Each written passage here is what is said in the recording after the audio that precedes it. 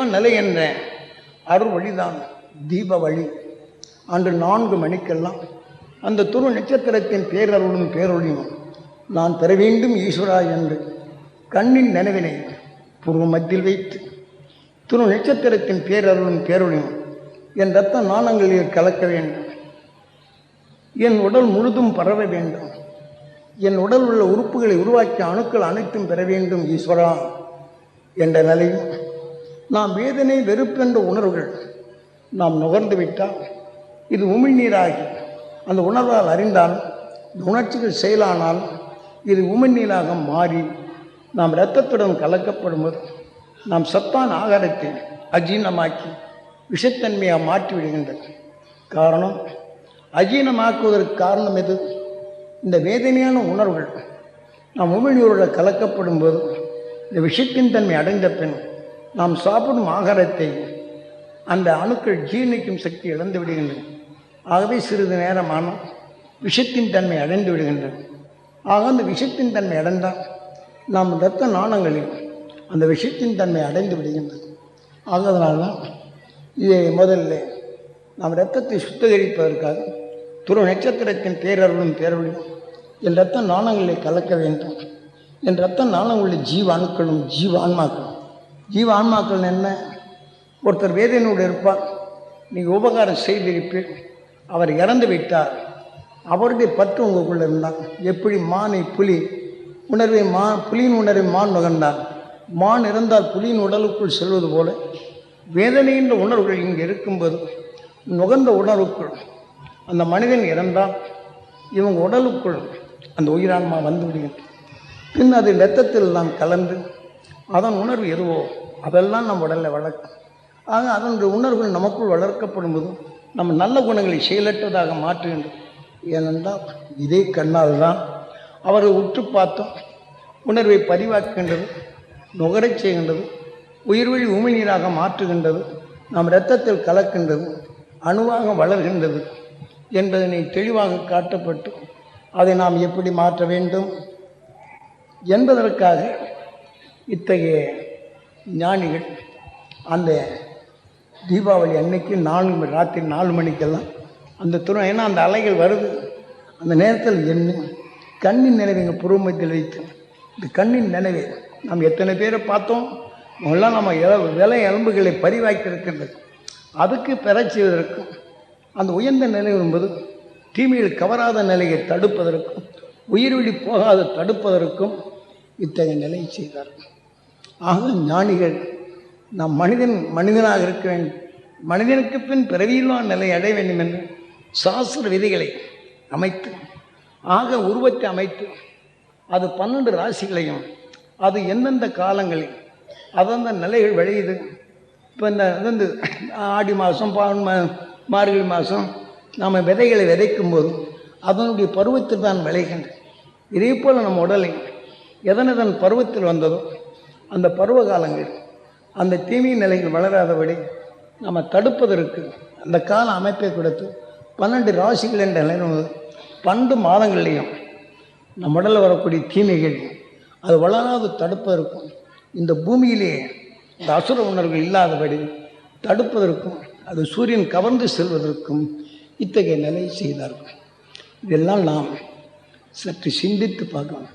ஏன்னா இப்போ நீங்கள் வந்திருக்கீங்க, சாப்பாட்டுக்கு நினைவு கொடுத்துறாங்க, அருஞான சாப்பாடை கொடுத்துக்கிட்டு இருக்கிறேன், சாப்பாடு முந்தி போகுமோ அல்லது ஆறி போகுமோன்னு நினைக்க போகிறாங்க. ஆக அருஞான சாப்பாடு கொடுத்து கொண்டு இருக்கின்றேன். இதை ஆகாரத்தை வலுவாகி ஞானத்தின் உணர்வாக வளர்த்து அருள்வழியில் வளர்த்துக்கொள்ள இனி எதிர்காலம் விஞ்ஞான அறிவும் பேரழிவு இழந்த உங்களை காத்து கொள்வதற்கு தான் இந்த 12 ராசி என்ற 12வது இந்த குரு பூஜை வேளையில் உங்களை முழுமையாக நீங்கள் அறிந்து தீமையில் தான் நம்மை இயக்குகிற அந்த நிலை அதிலிருந்து விடுபட்டு அருளி உங்களுக்குள் பெற்று உங்கள் மூச்சு உங்கள் குடும்பத்திலும் உங்களை சார்புடையோர் நண்பர்களுக்கும் உங்கள் மூச்சும் பேச்சும் தீமையில் போகாத தடுக்கவும் இந்த பூமியில் உங்களுடைய மூச்சலைகள் இந்த பூமியில் அசுர உணர்வை விரட்டி செல்லும் அந்த நிலை வரை எலக்ட்ரான் என்ற நிலைகளில் இன்று எடுத்துக்கொள்ளும் ஒரு விஞ்ஞானி தன்னுடைய அறிவின் தன்மை கொண்டு வரப்படும் போது ஆக ஒரு குகைக்குள் மனிதர் வாழ்கிறார் என்றால் அந்த குகையை குடைந்து அந்த குகையில் இருக்கக்கூடிய ஆக்சிஜனை இழுக்கக்கூடிய அளவுக்கு குண்டை போட்டு இவன்று சுழற்சி வரப்போகும்போது அது இழுத்து விட்டால் மயக்கப்படுவான் என்ற நிலைகளில் இங்கே காட்டப்படுகின்றன. இதே சமயத்தில் உங்கள் குகைக்குள் இருக்கும் அசுர குணங்களை அந்த துருவ நட்சத்திரத்தின் உணர்வை உங்கள் புருவம்பத்தில் வைத்து இந்த உணர்வின் தன்மை உடலுக்குள் செல்லப்படும்போது விஷத்தின் தன்மை இல்லை என்றால் அது மயக்கம் அடைகின்றது. விஞ்ஞானி நிரூபிக்கின்றான், மெய்ஞானி காட்டினான். அந்த வழிகளை நாம் பின்பற்றவில்லை. அதுதான் நாம் படிக்காதவன். விஞ்ஞானத்தை பற்றி சொல்லுகின்றேன், மெய்ஞானத்தை பற்றி சொல்லுகின்றேன். காரணம், குரு காட்டிய அருள்வடிவம் உணர்வுகள் எப்படி இயக்குகின்றது.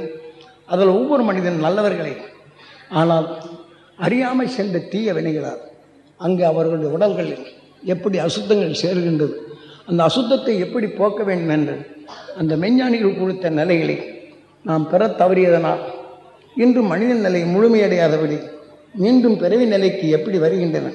உயிரிழந்த ஈசனை மதித்து மனிதன் நடந்தான் அவன் ஈசனோடு ஒன்றி 6வது அறிவான நிலை காத்தியா என்ற ஜோதி போன்று என்றும் பிறவியில்லா நிலை அடையும் மார்க்கத்தை காட்டி அந்த தீபாவளி ராசி என்ற நிலை அந்த 4 மணிக்கெல்லாம் அந்த துருவ நட்சத்திரத்தின் பேரருளும் பேரொழியும் நான் பெற வேண்டும் ஈஸ்வரா என்று கண்ணின் நினைவினேன் புருவமத்தில் வைத்து நான் சிவன் நெற்றிக்கண்ணை திறந்தால் சுட்டு பசிக்கிறான்.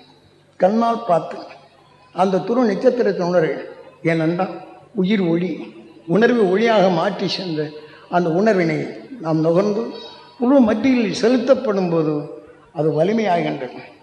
அப்போது அந்த உணர்வின் ஒளி அலைகள் நம் உடலுக்குள் என் உடல் முழுதும் படர்ந்து என் ரத்த நாளங்களில் கலந்து இந்த ரத்த நாளங்களுடைய ஜீவான்களும் ஜீவ ஆன்மாக்களும் பெற வேண்டும் என்று ஏன பெரிய ஒரு ஆதி இருந்தால் அதனால் அது கெண்டதுதான் நமக்குள் செய். அதனால் அந்த உணர்வை மாற்றலாம். நாம் அறியாமல் நுகர்ந்த உணர்வுகள் ஜீவ அணுக்களாக மாறி அந்த அருளியின் உணர்வை பாய்ச்சப்படும்போது நமக்குள் மாற்றி அமைக்கலாம். நல்ல குணங்களாக இருக்கும்போது தீமையின் உணர்வு நமக்குள் வரும்போது எப்படி நல்ல குணங்கள் மாறுதோ இதை வென்ற அருஞானி உணர்வுகள் உங்களுக்குள் பெறச் செய்வதற்காக அன்று தீபாவளி என்ற தீபாவளியை கொண்டாடுகிறேன். அதை நாம் புரிந்து கொண்டோமா என்று சொன்னாலும் புரிந்து கொண்டீர்களா என்றால் எனக்கு புரியலை. சாமி நல்லா சொன்னால் தான் நினை வரும்.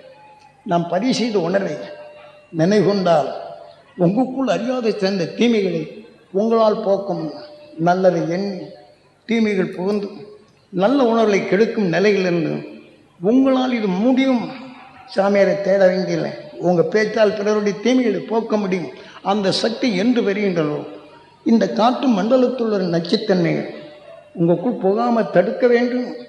அந்த சக்தி பெற வேண்டும் என்பதற்கு காரணம் எனக்குள் குரு கொடுத்த அந்த அரு உணர்வு உங்கள் உயிரை கடவுளாக மதித்து உங்கள் உடலை கோயிலாக மதித்து இத்தகைய சக்தி நீங்கள் பெற்று அந்த பேரானந்த நிலையை பெறக்கூடிய தகுதி பெற வேண்டும் என்பதற்குத்தான் இந்த 12வது குரு பூஜை தெளிவாக கூறுகின்றேன். காரணம், உலகம் இருண்டு கொண்டு வருகின்றது. அதிலே தெளிந்த நிலைக்குள் இருளை நீக்கி உங்களுக்குள் பொருள் காணும் அந்த அருள் சக்தி பெரும் சக்தி நீங்கள் பெற வேண்டும் என்பதற்குத்தான் இது.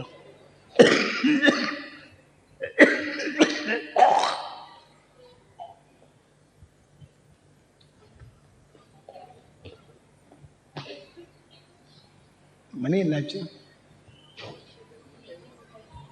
எல்லாம் நம்ம நேரம் இருக்கலாம்ல, திடீர்னு பசிக்குன்னு போயிடாதீங்க.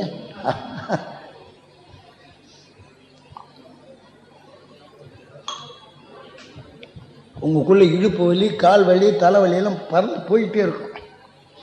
நீங்கள் எந்தெந்த நிலையில் இருந்தீங்களோ நீங்கள் கேட்க கேட்க உங்கள் உடலுக்குள்ளே இருக்கக்கூடிய எந்த வகை நோயோ அதெல்லாம் இப்போ என்ன செய்யும், அது அப்படியே மயக்கம் அடையும். உங்கள் வலி தெரியாது.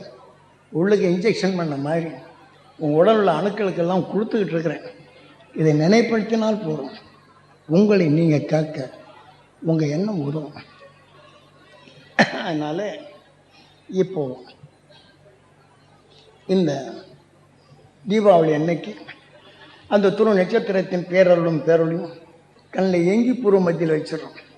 இதுக்கு முன்னாடி சலிப்பு, சஞ்சலம், சங்கடம், வெறுப்பு, கோபம், குரோதம் போன்ற நிலைகள்லாம் உள்ளுக்கு இருக்கிற அணு அது இழுத்து கட்டாயப்படுத்தி உள்ளுக்கு போகும். அவன் உள்ளுக்கு போகாதபடி என்ன செய்யும், அந்த துரு நட்சத்திரத்தின் பேரொழி கண்ணின் நினைவே புரு மத்தியில் வைத்த உடனே தடுத்துறது. தடுத்த உடனே நினைச்சிரும் அந்த துரு நட்சத்திரத்தின் பேரொழியும் இந்த ரத்தம் நாணங்களை கலக்கணும் முதல்ல கொண்டாடுறோம். இந்த ரத்த நாணங்களுள்ள ஜீவான்மா ஜீவனுக்கள் பெற வேண்டும் என்று கண்ணை சொல்கிறேன். இந்த கண்ணால் தான் நமக்கு பதிவாகும். அந்த கண்ணை கொண்டு பெற முடியும். காரணம், திட்டியவன் அமெரிக்காவில் இருக்கும்போது அவங்ககிட்ட நம்ம பதிவாக இருக்கும். பாய்ப்பேனுக்கு துரோகம் பேனான்னு அவன் உடலை இயக்குது. அதே சமயத்தில் அவன் உணர வேண்டி நம்ம அன்னைக்கு நல்ல காரியமில்லை கேட்டு பிள்ளை வந்தாலும் உதைப்போம். காசு எதை கிடைக்குதுன்னு போய அப்படின்னு சொல்லுவோம். இது அரசியல் அவன் உணர்வு பதிவு அது வளர்ந்து நமக்குள் நாமே தண்டனை கொடுத்த மாதிரி இருந்து நமக்குள் தீமை விளையும். ஆக இது உணர்வு தான். எல்லா காரியம் தடைபட்டு போதே எல்லாருனாலும் இந்த மாதிரி ஆகிப்போட்டேனே என்ற இந்த உணர்வு வளரப்பட்டு உடலில் நோய் வந்தது தான் மிச்சம். ஆக நல்ல உடலை மாற்றி கொண்டது தான் மிச்சம். இப்போ டாக்டர்கிட்ட சம்பாதிச்ச காசை கொடுக்கறது தான் மிச்சம். ரொம்ப போச்சுன்னா அதோட மோசமாக போய். ஆக இதை போன்ற நிலைகளிலிருந்து நீங்கள் மீள வேண்டும், மீண்டு விடுவீர்கள் என்ற தன்னம்பிக்கையோடு தான் உங்களுக்குள் அவலமாக பரிசு எடுக்க முடியும். காற்றில் இருக்க அனைத்து திட்டியவன் எண்ணி போது உங்களுக்கு எப்படி இடைஞ்சல் வருதோ இதே போல் நான் பதிவு செய்த உணர்வினை நீங்கள் எண்ணும்போது அந்த அருளை பெற முடியும். இருள் புகாத தடுக்க முடியும். அந்த வலிமை உங்களுக்குள் உண்டு. ஏனென்றால் மனிதண்ட நிலைகள் அந்த அரும்பெரும் சக்தி சரகன பவா குகா தீமைகளை சரணமடைய செய்யக்கூடிய சக்தியாக மனித உடல் பெற போகும்போது இந்த 6வது அறிவின் துணை கொண்டு அந்த துரு நட்சத்திரத்தின் உணர்வு நாம் பெற்று நம் உடலுக்குள் தீமை புகாது தடுக்கும் அந்த அரும்பெரும் சக்தி நீங்கள் பயன்படுத்தி இம்முறையில் பயன்படுத்தினால் உங்கள் வாழ்க்கை இருளை நீக்கலாம், பொருளறிந்து செயல்படலாம், மகிழ்ந்து வாழலாம், மகிழ்ச்சியான வாழ்க்கை. இந்த உடலுக்கு பின் நான் பிறவியில்லாத அதை அடையலாம். கொஞ்சோண்டு காப்பி நான் சொல்கிறது உங்களுக்கு நல்லா அர்த்தமாகுதுங்களா? இது சாமி சொல்லிக்கிட்டே போகிறாரு, எல்லாம் சொன்னார் நல்லா தான் இருக்குது, என்ன அர்த்தம் புரியலன்னு சொல்லிட்டு போய்டுறாங்க. நீங்கள் திட்டினவங்களை மட்டும் மனசில் வச்சுக்கிறீங்க, அது வரப்போகும்போது உங்களை எத்தனை இறங்க. அதே இது பதிய வேண்டியது தான் வசிஷ்டர் பிரம்மகுரு. இதை நாம் எப்படியும் பெற வேண்டும் என்ற ஆசையோடு இருந்தீங்கன்னா இது உங்களுக்குள் பிரம்மமாகி பிரம்மகுருவின் மனைவி அறிந்தது. இந்த சக்தி உங்களுக்குள் இருந்தது. இதே ஞானத்தை உங்களுக்குள் பேசிச்சு. இருள் வரப்படும் போதெல்லாம் மாற்றச்சு. இருள் புகாத தடுக்கும் சக்தி நீங்கள் பெற வேண்டும் தான். ஏன்னா எனக்கு குருநாதர் இப்படி தான் கொடுத்தாங்க. அதன் வழியில் தான் நான் உங்களுக்கு செய்ய முடியும். ஏனென்றால் நான் அள்ளி உங்கள் விட்டு ஜீப்பும் அமர் உங்களுக்கு பொருள் வரும், சொத்து வரும், ஆசை வரும். சொத்து வந்தால் காக்கிற சக்தி வேணும். அது சொத்து வந்தாலும் உங்கள் உடலை காக்க சக்தி வரும். உடல் காக்க வேணும், சொத்தும் போயிடுச்சு, எல்லாம் போயிடுச்சு. எதை உங்களுக்கு உதவுது? ஒன்றும் உதவலை. ஆசை தான் மிச்சம், அழிவை தான் தேடும். அழியா உணர்வின் தன்மை நாம் இழந்து விட்டோம் என்று தான் பொருள். இதிலிருந்து நீங்கள் மீள வேண்டும். அதனால் இதான் தீபாவளி எந்த நிலைகள் அங்கு கொண்டாடுறாங்க. அப்போ அந்த துருவ நட்சத்திரத்தின் பேரருளும் என் ரத்த நாளங்களை கலக்க வேண்டும். என் ரத்த நாளம் உள்ள ஜீவ அணுக்கள் ஜீவ ஆன்மாக்கள் பெற வேண்டும். என் உடல் உறுப்புகளை உருவாக்கிய அணுக்கள் அனைத்தும் அந்த துருவ நட்சத்திரத்தின் பேரொன்று இங்கே தடைப்படுத்தி இந்த உணர்வை நிலைமை செலுத்துகிறோம். ஏன்னா கண்ணால் தான் பதிவான அது எளிதில் கொடுக்கலாம். ஏன்னா அமெரிக்காவில் இருக்க நினைக்கும் போது அவனை இயக்குது. அதே உணர்வு நமக்குள்ளேயே அவனையும் கிடைச்சிது, நம்மளையும் கிடைச்சிது. இதே போல் துருவ நட்சத்திரம் எங்கேயோ இருக்கு. அதை உங்களுக்குள் பதிவு செய்கிறேன். நினைக்கும் போது என்ன செய்யுது? இருளை நீக்குது, சிந்தனை கொடுக்குது, எல்லை மாய்க்குது. உங்களுக்குள் நல்ல அணுக்களின் தன்மை வளம் பெற செய்யுது. இருளை அடக்கும் சக்தி நீங்கள் பெறுங்க. இது எளிதில் பெற முடியும். சாமி சொல்கிறாரு, சின்ன குழந்தைகள்லாம் சொன்னோம்னாலும் பிடிச்சிக்கிச்சுன்னா அதுக்கிட்ட பல அற்புதங்கள் நடக்கும். நான் பெரியவளாக இருக்க நினைச்சிடும், நம்மால் முடியுமா அப்படிம்பாங்க. சில பேர் படிச்சுக்கிட்டவங்க ஐயோப்பா 1ஆம் கிளாஸில் படிக்கிறவங்க 10ஆம் கிளாஸ் பாடத்தை கொடுக்குறாரு. இப்படி படித்தவங்கள் இப்படி ஒரு தப்பான அபிப்பிராயத்தை வைத்து தனக்குள் தடைப்படுத்தும் உணர்வுகள் மற்றவர்கள் பெற முடியாத தடுப்பு இது நம்மளால் எங்கே முடியும் அப்படிங்கிற இந்த நிலையில்தான் தானும் பெற முடியலைன்னா படித்தவர்கள் இப்படி ஒரு தவறான நிலைகளை கணக்கு போட்டு தானும் பெறுவதில்லை. அடுத்தவர் சொல்கிறாரு இதெல்லாம் நம்மளால் முடியாது, சாத்தியமில்லை என்ற நிலையில்தான் தன்னும் பெற முடியாதவள் மற்றவர்களும் பெற முடியாத நிலைகளை தடைப்படுத்தும் உணர்வே வருகின்றது. காரணம், கிளாஸில் விஷம் இருக்கின்றது, பாலை ஊற்றினாலும் அது விஷமாக மாறிது, நீங்கள் பாதாமியை போட்டாலும் விஷமாக தான். ஆகவே அவருக்குள் இருக்கும் உணர்வின் தன்மை அதை மாற்ற முடியாத தன்மை ஏற்பட்டுள்ளது.